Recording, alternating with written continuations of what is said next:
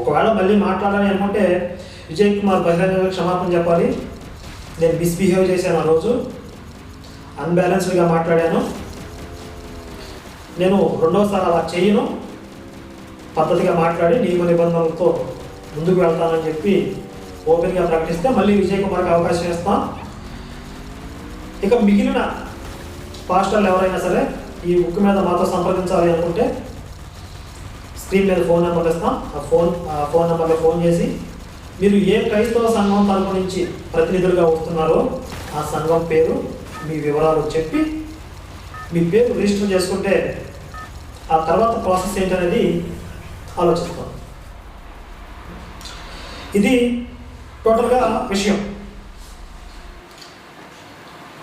ఇందులో ఎవరిని కించపరచడానికి లేదు, అసత్య ప్రచారం దుష్ప్రచారం ఏం చేయట్లేదు. బైబిల్లో ఉన్న విషయాలనే ప్రజల్లోకి తీసుకెళ్తున్నాం.